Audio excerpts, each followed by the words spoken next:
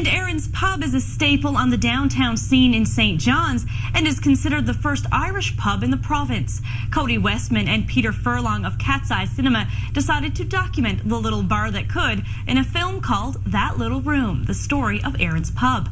And the film has caught some attention. It is now playing on all Air Canada flights for the month of January. I sat down with Erin's Pub owner, Chris Andrews, and co-creator Cody Westman to chat about the film experience. Connemara, the Irish descendants.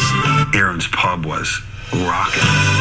I don't think I ever had a dream to have my own pub. I always dreamed to have this pub. And I got it.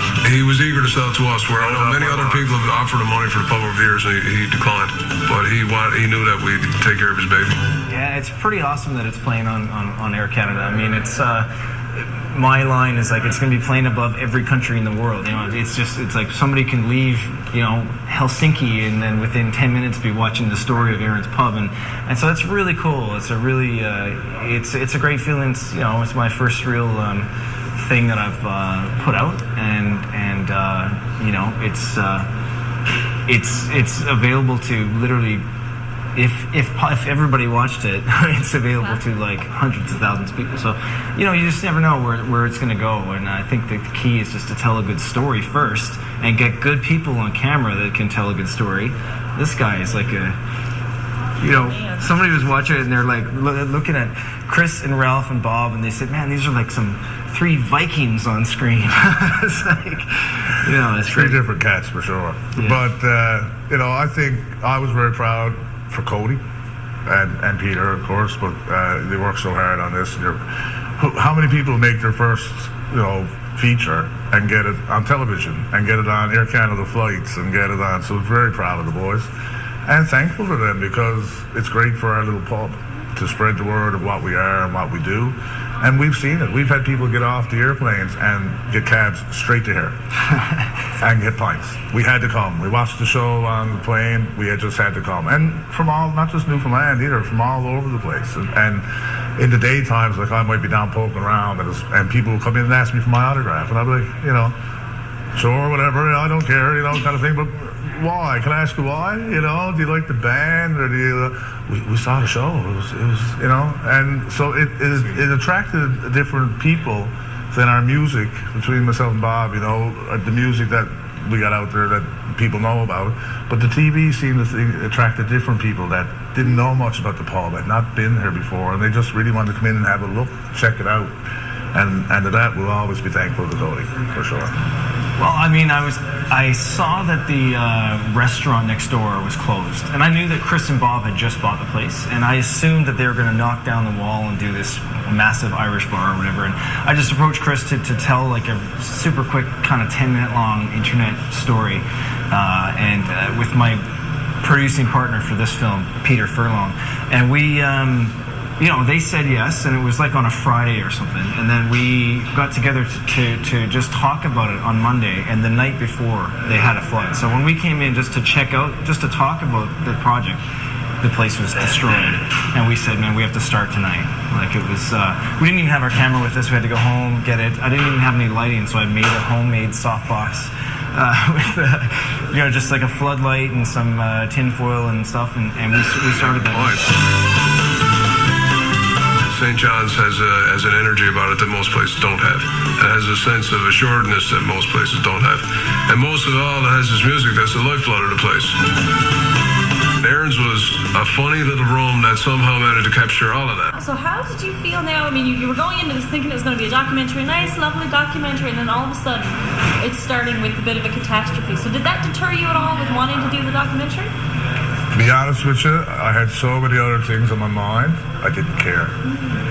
At the moment, I remember Cody and the boys coming in going, this is great, this is wicked, and me wanting to take them by the throat, you know, they can say, well, this is not great, this is not wicked. It might be great TV, but at the moment, this is horrible.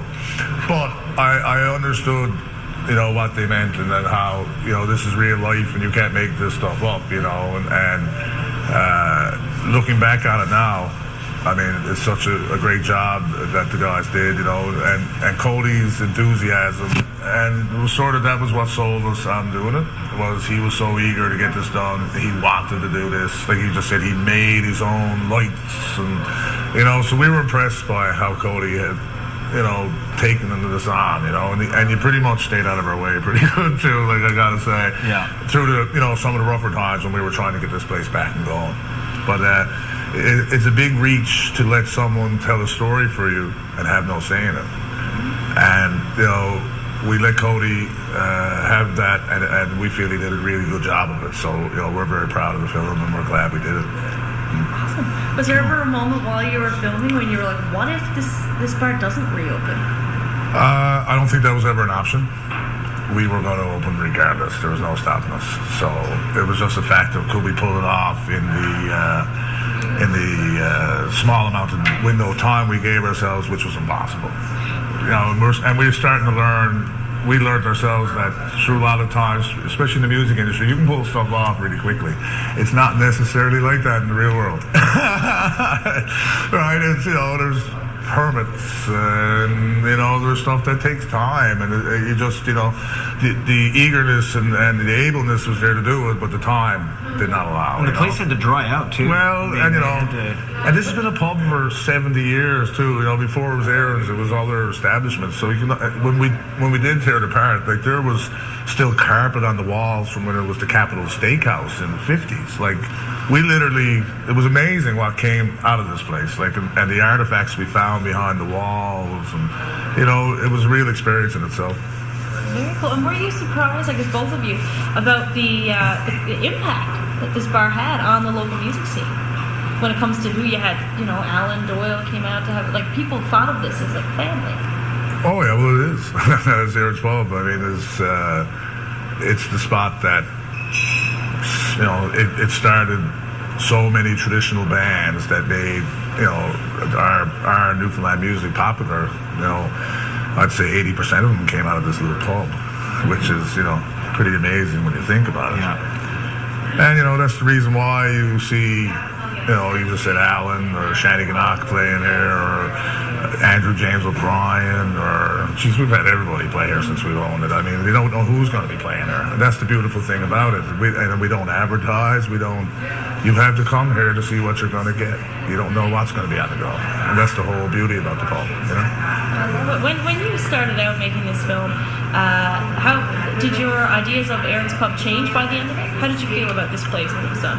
Well, I had spent literally only a couple nights in here over the last few years. Like, I actually worked across the street at Bianca's for a while, and just a couple times we'd come in after work, but it was always like they were always closed. You know what I mean? Not, you know, because we'd late nights over there, and it would just be finishing, and the stage was in a different spot, and it was totally different. You know how it changed. I mean, I know the boys a lot better now, and I just love, you know, there's music 7 nights a week here, and this place is just, it's different than, I don't know, there's Newfoundland itself, you know, I mean, I'm married to a Newfoundlander and came here, and I mean, there's just nothing like this out west, you know what I mean? And I love the traditions and the culture and stuff here. And these songs, some of these songs are 100 years old or more, and it's just exciting to me. You know, I'm a huge music fan, and you know, so it's a very cool pub. It's the place that I would go if I want to see you know, traditional music. I'm thrilled that Chris and Bob is taking it over because the music is going to live. Well, it's going to be... Better not be a sequel. I guarantee that. Yeah. There's NTV was, you know, the first to, you know, pick it up, and so NTV has 5 more plays, I believe, and so we'll be seeing it, you know, shortly again. Excellent. And a few more times over the next few years. The one thing that we are doing, I mean, I guess we might try and put it in the nickel. We kind of missed the deadline by like a week or something, but Peter Furlong, who produced it with me, is actually on the board at the Nickel, and he said that there's a sister festival in Dublin. So we're going to, you want to come? I'll go. I'll just wave to people on the street so they'll stop waving. Like Yeah, I thought you were saying that's a great idea. Yeah, so I think we're gonna just throw it and throw our cards in the wind, see possibly go over there, if we get in. So that'd be pretty cool. Cheers. Cheers.